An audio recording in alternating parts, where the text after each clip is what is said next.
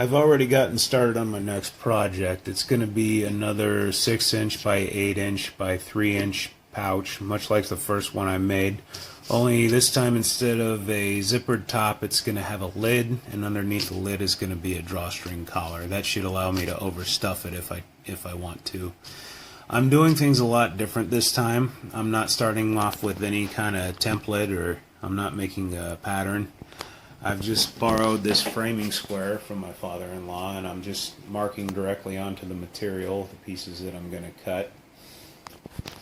Everything's going to kind of be done on the fly this time. I've already finished the back panel. I've just sewn 3 rows of Powell's webbing onto it, and I've got 2 straps. This time I used a box X stitch. I was going to do this a little bit lower, but I realized that if I put the box X stitches any lower, that's going to interfere with the first loop of Powell's webbing on the backpack that I intend to attach it to. So unfortunately, that means when I attach some grosgrain ribbon or attach the collar to the top here, I'm going to end up having to sew through these 2 pieces of nylon webbing again, but that's not that big a deal. One thing I will be doing different this time is rounding off the bottom corners of these panels. I've just made a template here and traced it onto the panels and cut off the corners. And the reason I didn't do that on my last project was because it would have messed up my math. When I would have sewn the bottom and top panels together, that would have probably caused me to have excess material. This time I don't have a bottom and top panel. I've only got a bottom panel that's going to go all the way to the top of these 2 panels here. So after I'm done sewing the bottom panel onto the front and back panels, if I do end up with any excess material sticking off the top, I can just trim it off. Another thing I've decided to do different this time around is to use double-sided basting tape.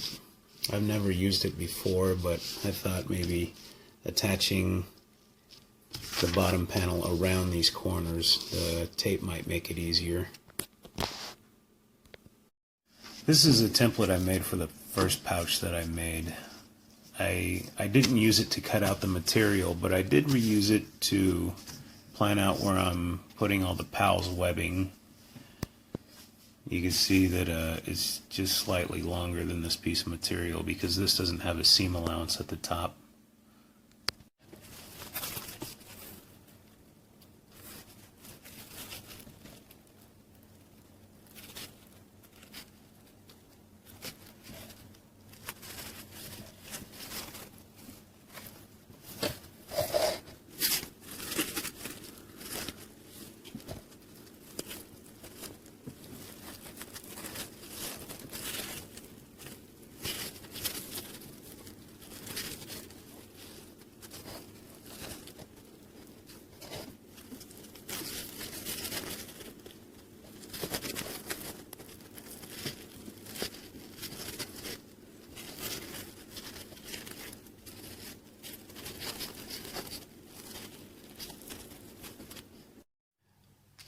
I've attached the back panel to the bottom panel using the double-sided basting tape. You can see I've got excess material here that I'm just going to cut off later. I've sandwiched the 2 outsides together, and now I'm going to double stitch the 2 panels together. This isn't going to be as in-depth as the last video series I made. You won't see me going step by step. I'm mostly just going to be demonstrating some stuff, but mostly I'm just going to be walking you along what I did or what I will do before I do it. Okay, I'm done attaching these 2 panels together. I just did a single stitch, and then I went ahead and folded our grosgrain ribbon over it and double stitched over the grosgrain ribbon. I will say, sewing around these corners, especially keeping the grosgrain ribbon in place and then sewing around the corner, a lot harder than I thought it would be. And I'm not even sure it was worth the effort, because when I turn the two pieces of material right side out to look at the result, I'm really not even that impressed with how it looks. Maybe that's just my